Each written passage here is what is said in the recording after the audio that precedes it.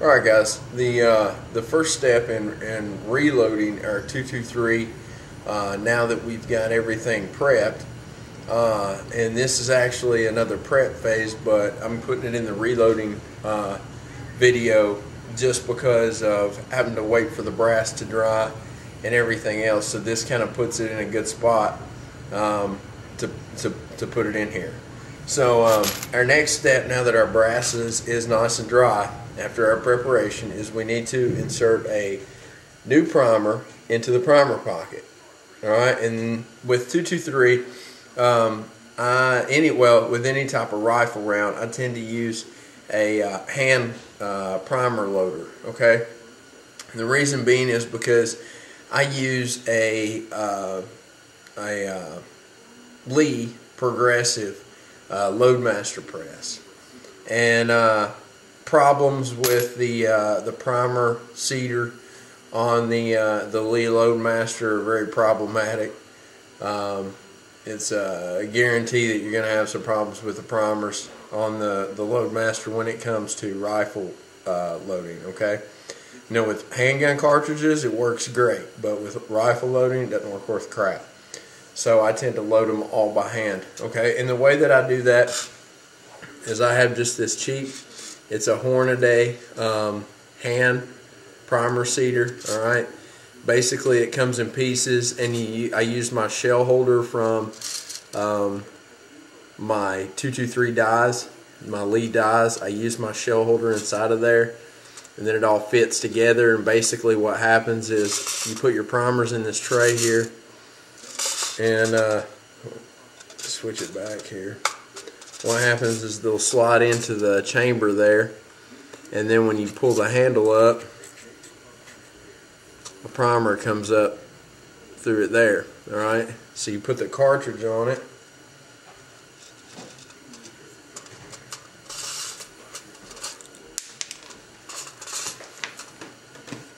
so what you're going to do is put your cartridge right on top of the shell holder, just like if you were in the press itself, and then just squeeze your handle and it'll seat the primer in there for you. Alright, so show you one more real quick. What I do is I'll go ahead and get my primer halfway up, because sometimes you'll have problems with more than one primer catching in there. So I'll get my primer come halfway up and then just squeeze it. Shouldn't be real tough. Pull it out, check your seating, make sure the seating alignment is good, and that's all there is to priming them. Alright, it's a fairly straightforward process. So now we'll go into setting up our press and actually reloading. Alright, so before we get started with the actual reloading process, I just want to give you guys a few notes on, especially if you're new to reloading rifle, even if you've been reloading handgun for years and years, and you're new to reloading rifle reloading and handgun reloading, two totally different beasts. Okay, so what we're going to do is I'm just going to give you a few little notes on powder selection, bullet selection, so on and so forth real quick. Okay, the first thing that you need to decide on when reloading is what powder you want to use. Alright, just like for pistol reloading, you have to determine what powder is going to be best for what you're loading, whether you're loading varmint rounds or target rounds, so on and so forth. Okay, so a big key factor in powders are going to be your muzzle velocities. Okay, so one thing you need to do first when you start trying to decide what type of powder you're going to reload with is determine what type of bullet you're loading, and whether you're going to be using it for varmint hunting or for target shooting. Okay, they make recipe books. We call them recipe books in the reloading world, but they're load data. Okay, and what it is it's a chart that tells you what type of powder to use, or better yet, how many grains of powder, depending on the type of powder and the type of bullet that you're loading. Okay, I don't have a recipe book because I don't need one. When you buy your dies, with a Lee die anyway, it comes with a data chart. Okay, and on here it doesn't give all of them, but it gives a lot of the most popular powders and the most popular bullets. Alright, and it goes through, it tells you your start grains, your max grains, and your overall length. Okay, so it's a really good chart that comes with that. I use this a lot, alright, but for certain powders that I use and certain bullets, you can't always find it on here. So I'm going to give you a little secret. The best place to find the most accurate data for what you're loading is not the bullet website. Like, I use some Hornady bullets, and I also use some off-brand just jacketed bullets. But the best place to find the information is actually on the powder brand website. Okay, for instance, this Accurate 2230. I never used it before. All right, didn't even know if it would work for me or not. But Gander Mountain is doing away with their reloading stuff, the one here, and so they had it for 50% off. So I ended up paying like $8 for this powder. Okay. Now, what I didn't know if it would work for me or not, obviously, while I was at the store. On the back it said this versatile powder was designed around the 223 Remington. So I figured that at some point in time I could use this to reload 223 Remington.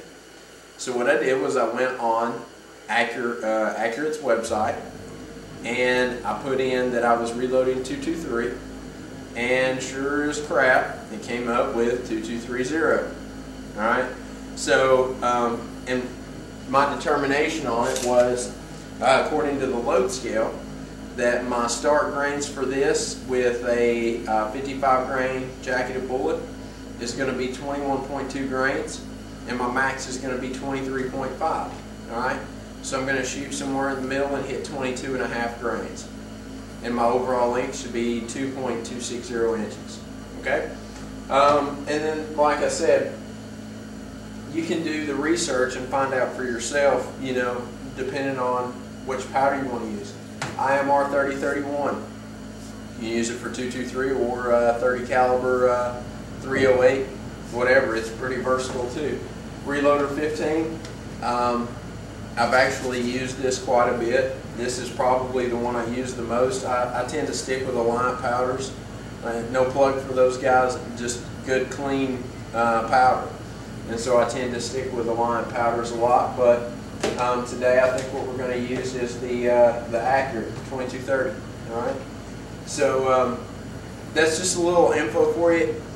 It's super important that you get your powders correct, that you get the right powder, the right amount of grains per powder per bullet, and all that stuff. So that's all important stuff that you need to remember. All right. So now, with that out of the way, what we're going to do is go into little, kind of my setup. And your setup can vary depending on what kind of press you're using, what kind of powder feeder you're using, so on and so forth. So it's not really important for you to have a certain setup. Like, don't go buy everything I have just because you think you have to have it to do what I do.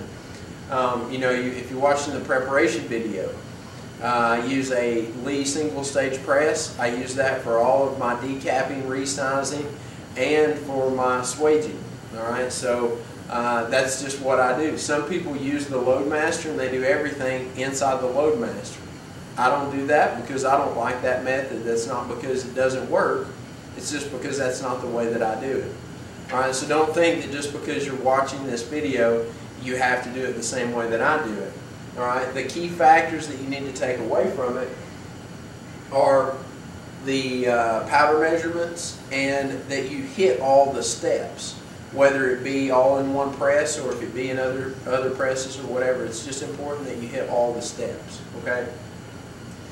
So for mine, what I do is, once I get into this stage now, our brass is completely prepped and it's primed and it's ready to go, it's ready to load. I have a Hornady bench-mounted powder feed. Okay. Now, let me bring the camera over here so you can see this powder feeder. This is the Hornady bench mount powder feeder. All right. So this is the hopper up here. I put the powder in the hopper. All right, and then this is our adjustment dial for CCs. All right, and what happens is the powder feeds into this shaft here, and when you turn it, it dumps the powder, cuts the powder supply off, and dumps your measured amount out the bottom here. Okay, so I use that for my powder feed. All right, and we'll kind of go over that, and I'll show you the measurements and checks and balances on that. Once I get my powder fed, then I set all of them in here. All right, just in a tray. I do 50, can do 50 at a time.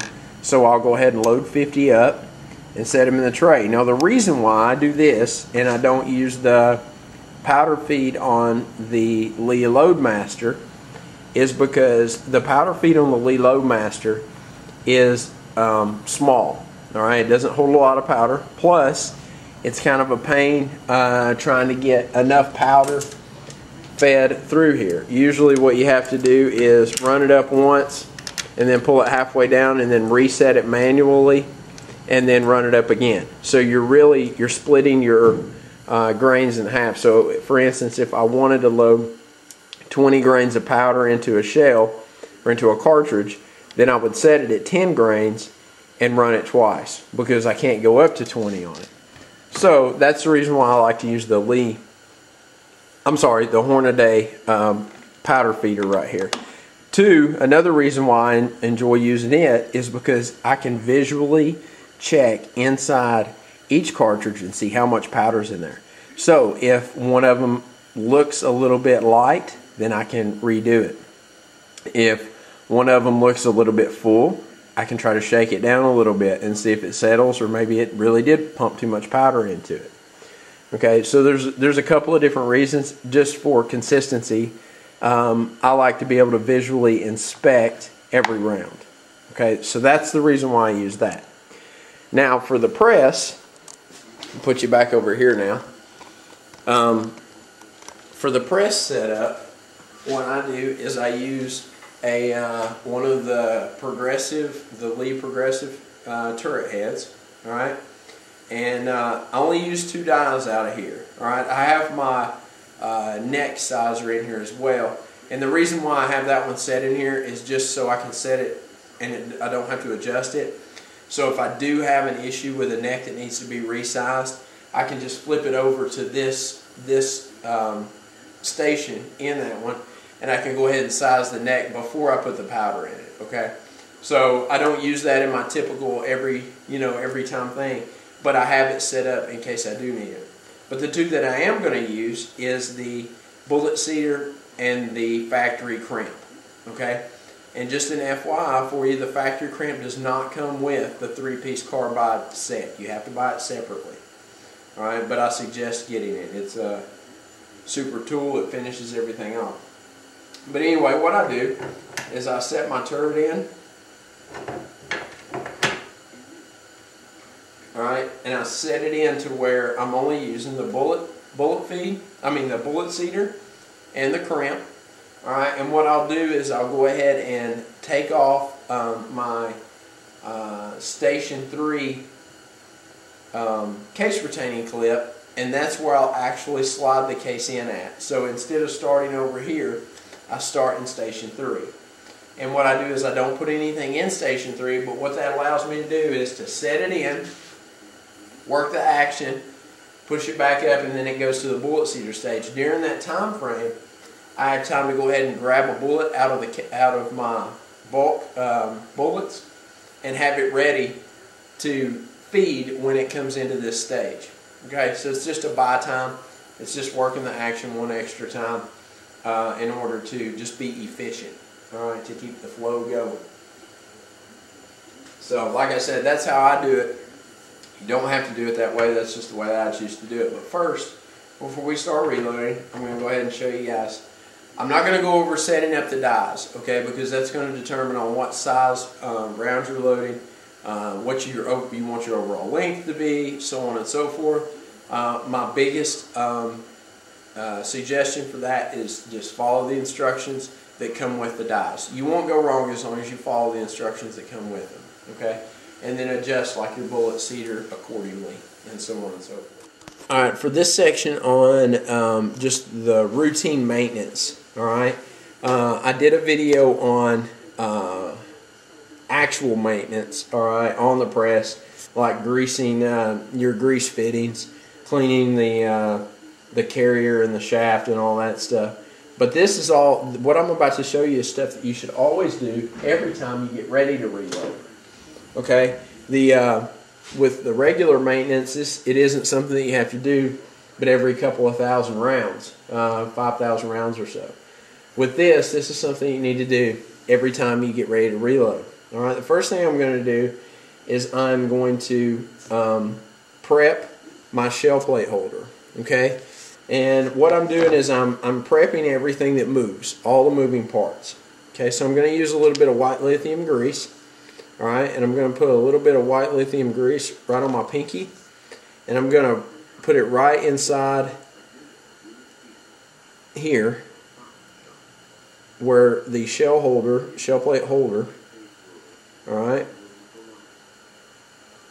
runs around. You can see there I just put a little bead right around the inside there, all right, right around where it's going to set on the carrier itself. Alright, one thing I like to do is I don't like a lot of grease gobbed up on here. So what I'm going to do is I'm going to take a Q-tip and I'm just going to smear it around there. I'm not going to leave a lot of bulk on there. Just nice and coated. Alright. Now another thing that we want to put grease on is our indexer. Alright, especially you can see here where the indexer rubs. Alright, right there. And then right here, you want to be sure and grease that up as well. So once again, I'm going to take my Q-tip, put a little bit of white lithium grease on it, and I'm just going to rub the indexer with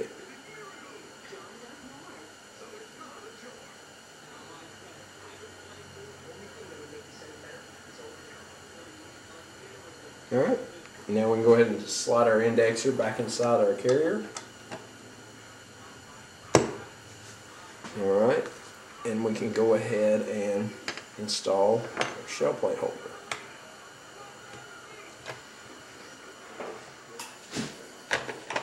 Alright, we have plastic. Usually you don't have to worry about it too much. Alright, but just for to make it a little bit smoother, what I do is I take just a little bit of grease and I just dab it right here. Alright, where that indexer is going to touch. And then right along here where our indexer slides,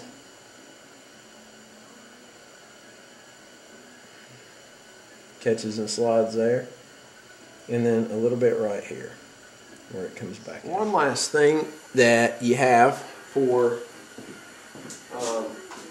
lubrication on the press is you have a little oil inlet right there, alright, a lubrication inlet. Alright, it's kind of like a grease fitting except you use a little oil gun. Alright, so it's a piston oiler. Basically your tip just pushes right into it right here. Alright, and you're going to give it I give it one good squirt, and then I'll work the action a little bit.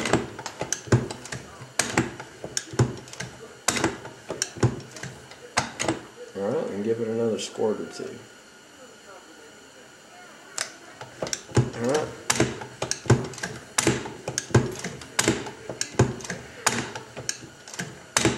A lot of people have problems with the Loadmaster, and I find that if you do everything that you're supposed to do as far as lubrication goes, you take care of your press, it's very smooth. You can see I'm putting hardly any pressure, watch, against that. And it indexes very smoothly once you get everything lubricated. Like I said, a lot of people complain about the Loadmaster, but it's really a great press. So the first thing that we want to do before we start loading our cases up, alright, is we've got to get our powder feed, depending on, it doesn't matter what kind of powder feed you're using. Whether you're using something like I've got, a bench mount system, or if you're using the one that goes with the press that you're using. Whether you're using a lock and load press or a Loadmaster or whatever, you have to get your powder consistency or your powder drop consistent, okay? So the first thing we're going to do is I've got my my drop set to 2, okay, 2 cc's. So what we're going to do is I'm going to go ahead and drop 2 cc's of powder, and I'm going to weigh it and see what the weight is. Okay, my target goal with this is 22.5 grains. Okay, so I'm going to go ahead and tear my scale, and I'm going to run 1 powder drop. Alright, and then I'm going to go ahead and run 1 more.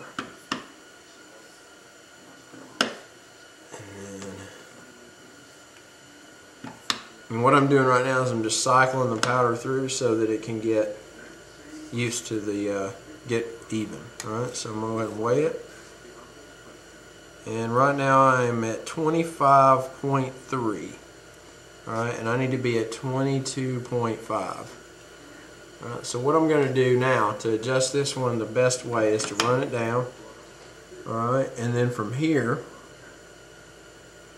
I'm going to adjust back 1 complete turn. And you're just going to play with this until you get it consistent. Okay? So now we'll check this one.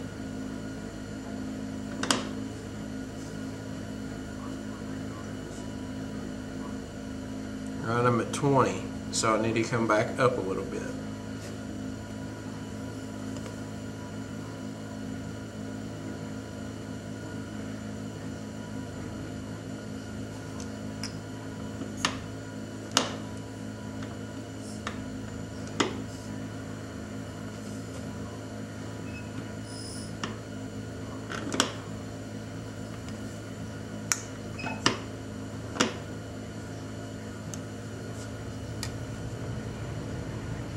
.2.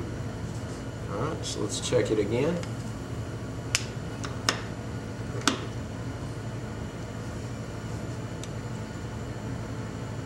.4.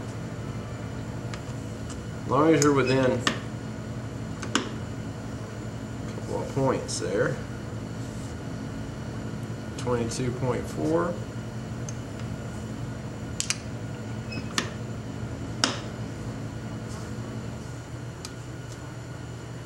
22.4. Alright, so I'd say it's pretty consistent. So go ahead and put the cap back on our hopper here. Shut our scale down for right now. Alright. And now we can go ahead and start loading our cartridges with powder. Okay, so what I do is I just put my cartridge right up underneath it just like this. Alright. Work our action, give it a little bit of dwell time for it to run down in there, shut it down, and drop our cartridge out. Alright, same thing over and over and over.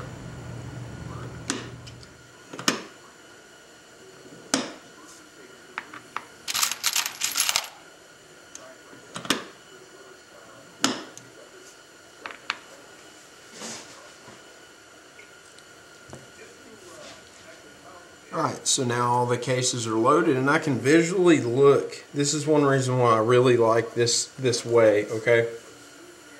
Or this process, is because I can visually look inside of all of these cartridges and see the powder in there. Okay, so that eliminates the possibility of, with the auto powder, sometimes it won't, for whatever reason, it'll miss and it won't feed into the cartridge. And that's something, you know, that you have to worry about, because if a primer goes off, there's no powder in it, it's going to launch that bullet in your barrel, and then you've got a heck of a time trying to push that bullet out of that barrel. So I have everything ready to go here. I've got my bullets. I'm going to be reloading 55 grain jacketed bullets, boat tails, with a lead tip. Okay. So that's the bullets that I'm using today. So what we do, the way I've got the press set up, like I said, take off the case retainer for station 3. Alright, you're going to take your case, slide it right in there, work your action. During that time, it gives you a second to go ahead and grab the bullet, pull it up, and slide to the next station. Okay? So what I'm going to do is I'm going to go ahead and back this cedar out just a little bit, just so I can show you the process of checking it. Alright, so now what I do is I actually put the bullet on top of the case, and I hold the bullet and follow it up into the case seater. I'm sorry, the bullet seater die, and then go ahead and seat it. I bring it halfway back down. Okay, I don't bring it all the way back down, I just bring it halfway down. Because what I need to do now is I need to check my depth. Okay, I need to check my overall length. Obviously this is going to be a little bit long, but just for the purpose of showing you how to do it, that's the reason why I'm doing it. Alright, I'm going to go ahead and loosen up my case retainer for station 4. Alright, and pull it out enough to where I can get the case out. Alright, so I'm going to go ahead and pull the case out, remove the case. I'm going to grab our caliper and I'm going to check our overall length.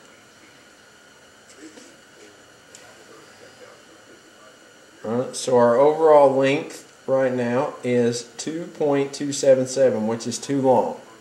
Alright, our max length that we want is 2.260. Once again, it's going to depend on the bullet that you're using, so on and so forth. So you want to go ahead and check your load data, but that's what that's my max length. Now I usually load a little bit shorter than the max, but I'm just showing you just for demonstration purposes. 2.261, that's pretty close. Probably want to seat it just a little bit more for our max length. Alright, so our max length, 2.260 is our max length. We're at 2.214, so right here this would be good. Alright, that would be okay, but you can see here on the bullet you've got your perforation for your groove. Okay, now if you look at a factory round from like brand new out of the box, they usually don't load or seat the bullet on that groove. Usually it's right below it. So what I tend to do is follow how it comes from the factory. Okay, so I go ahead and seat my bullet just a little bit shorter. Remember, that 2.260 is our max length, not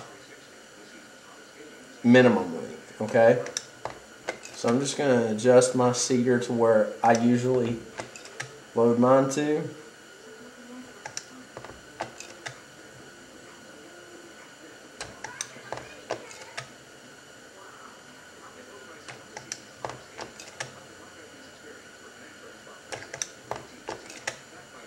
Which is about right there. Go ahead and check my length for documentation purposes. I'm at 2.218. Okay, 2.218. Alright, so usually I shoot for 2.220. Alright, that's usually what I load mine at. So I'm pretty close right there. So I'm going to go ahead and place that cartridge back into the press and adjust my retaining clip back.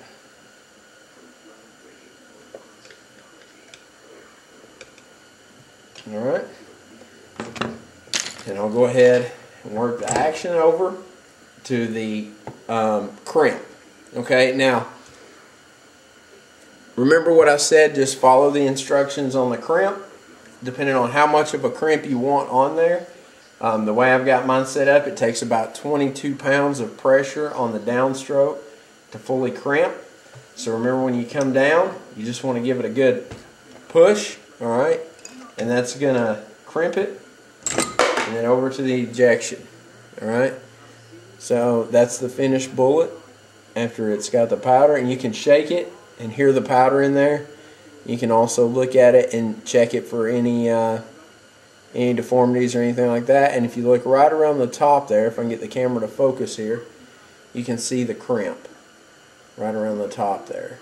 Okay, so that's what we're looking for, and that is a loaded 223 bullet.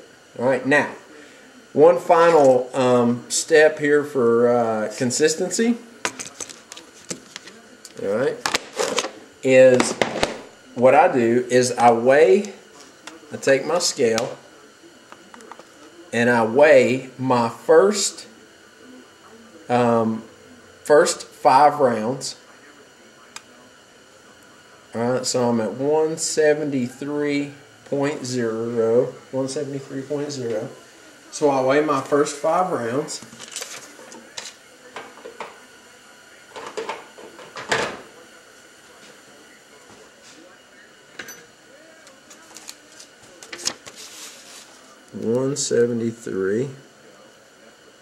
.0. And then what I do is after I weigh 5 of them, I check the average and get my average overall weight. Alright, and then 1 out of every 10 rounds that I load after that, just for quality control, I check the weight on it to make sure that I'm within that average. Okay? So, like I said, it's not something that you have to do. It's just something that I do for quality control. Alright, so I'm going to go ahead and load a few here at full speed for you, just so you can see how it works.